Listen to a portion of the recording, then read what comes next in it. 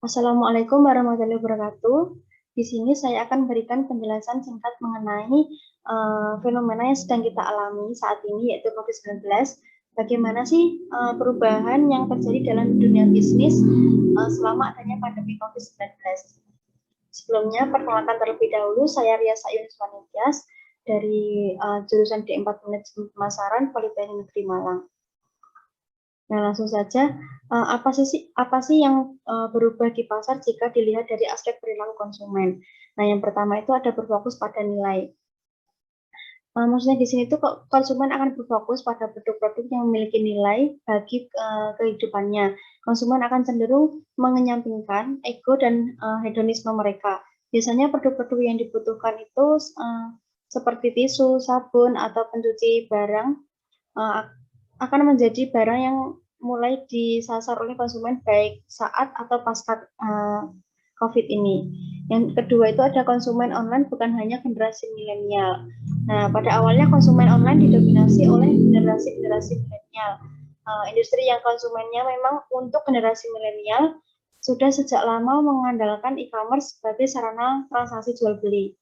Nah, namun saat ini itu tidak hanya generasi muda saja, orang tua pun juga banyak yang beralih bertransaksi melalui e-commerce.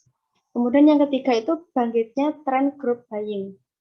Nah, group buying sendiri ini adalah pembelian kolektif dari beberapa pembeli untuk mengaktifkan diskon karena kecenderungan orang untuk saling mengeluarkan uang lebih maksud saya karena kecenderungan orang sulit untuk mengeluarkan uang lebih saat pandemi, orang-orang akan bekerja sama untuk membeli barang untuk mendapatkan potongan harga atau diskon, seperti itu. Nah, yang selanjutnya itu apa sih yang berubah di pasar jika dilihat dari aspek perilaku konsumen? Yang pertama itu ada sektor industri menjadi lemah.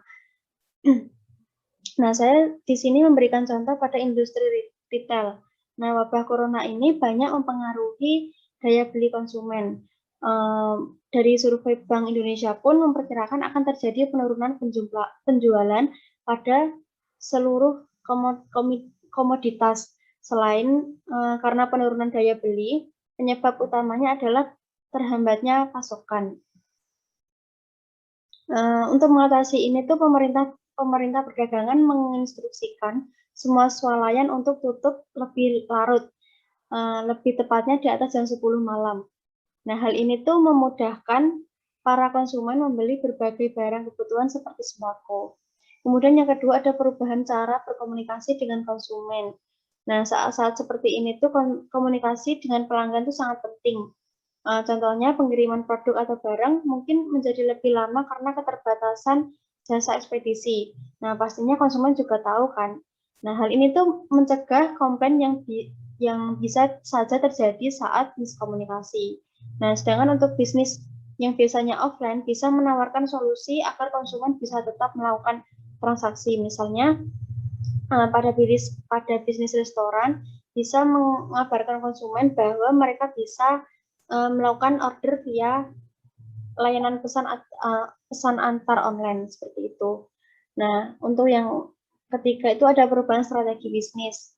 Nah, karena perilaku bisnis berubah, ini juga berdampak pada strategi bisnisnya.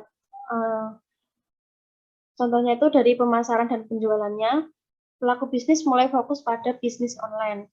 Nah, hal yang pertama perlu dilakukan adalah membuat alur transaksi yang jelas, mulai dari pemasaran hingga pengantaran. Contohnya langkah-langkahnya itu yang pertama, kita membuat website, kemudian menjual produk kita melalui online atau marketplace, seperti Bukalapak, Tokopedia, atau Shopee. Kemudian, kita menerima pesannya melalui chat, seperti WhatsApp dan Line. Kemudian yang terakhir itu kita gencar melakukan kampanye pemasaran via akun sosial media seperti Facebook dan Instagram. Kemudian untuk sumber daya manusianya sendiri itu adanya COVID-19 ini memunculkan pembatasan sosial yang menyebabkan banyak perusahaan mengharuskan karyawannya untuk bekerja di rumah atau work from home. Nah, ini juga menjadi salah satu perubahan yang dirasakan oleh pelaku bisnis yang harus mampu beradaptasi dengan keadaan tersebut. Nah, perusahaan harus memberikan fasilitas kesehatan kepada karyawan agar tetap aman saat bekerja di kantor atau bekerja di lapangan, seperti memberikan masker atau hand sanitizer seperti itu. Nah, tentunya jika SDM-nya perusahaan itu baik, penjualan juga akan mengalami peningkatan. Kemudian yang keempat itu ada konsumen mulai beralih ke transaksi online. Meningkatnya transaksi online ini tentu berdampak positif terhadap potensi bisnis online. Nah, jika sebelumnya hanya menjalin bisnis secara offline, sekarang adalah waktu yang tepat untuk beralih ke bisnis online. Praktik paling sederhana yang bisa kita lakukan itu adalah membuat website untuk bisnis kita. Banyak platform yang dapat digunakan seperti contohnya e-commerce, WordPress, blog, akun blog dan lain-lain. Nah, contohnya jika bisnis kita bergerak di bidang industri atau kuliner, kita bisa mendaftarkan ke Grab atau GrabFood atau GoFood. Nah, atau jika kita berjualan barang-barang retail, kita bisa menjual via online melalui marketplace seperti Tokopedia, Bukalapak, dan Shopee. Nah, selanjutnya menurut saya perubahan perilaku itu akan seperti apa setelah masa pandemi berlalu. Nah, menurut saya itu konsumen sendiri akan tetap condong kepada pemanfaatan bisnis online. Selain itu selain lebih memudahkan juga menghemat waktu dan biaya. Apalagi sekarang ini sudah banyak e-commerce seperti Tokopedia, Bukalapak, Shopee yang menawarkan banyak diskon untuk berbagai jenis barang yang ditawarkan. Nah, untuk pelaku bisnisnya sendiri harus lebih pandai dalam mengoptimalkan toko online. Menurut saya setiap bisnis yang ingin bertahan di masa pandemi ini tuh harus mampu bergeser ke platform digital dan harus bisa memberikan kemudahan kepada konsumen untuk mengakses produk atau jasa dari rumah saja. Seperti itu. Kemudian yang terakhir, lalu bagaimana sih pandangan pelaku bisnis dalam mengantisipasi kondisi dan tantangan tersebut? Nah, di sini sebisa mungkin tuh perusahaan harus berlomba-lomba dalam bisnis mereka agar tidak kalah dalam persaingan. Nah, yang pertama itu perusahaan bisa mengoptimalkan transaksi minim kontak. Maksudnya itu pemicu perubahan perilaku ini kan sudah jelas. Nah, jadi transaksi online ini memiliki ruang kontak yang sangat minim antara penjual dan pembeli. Bahkan hampir tidak ada kontak sama sekali. Nah, hal ini tuh akan terus dibutuhkan oleh masyarakat demi menghindari penularan COVID-19 sebab biar bagaimanapun virus ini tuh akan terus ada di sekitar kita.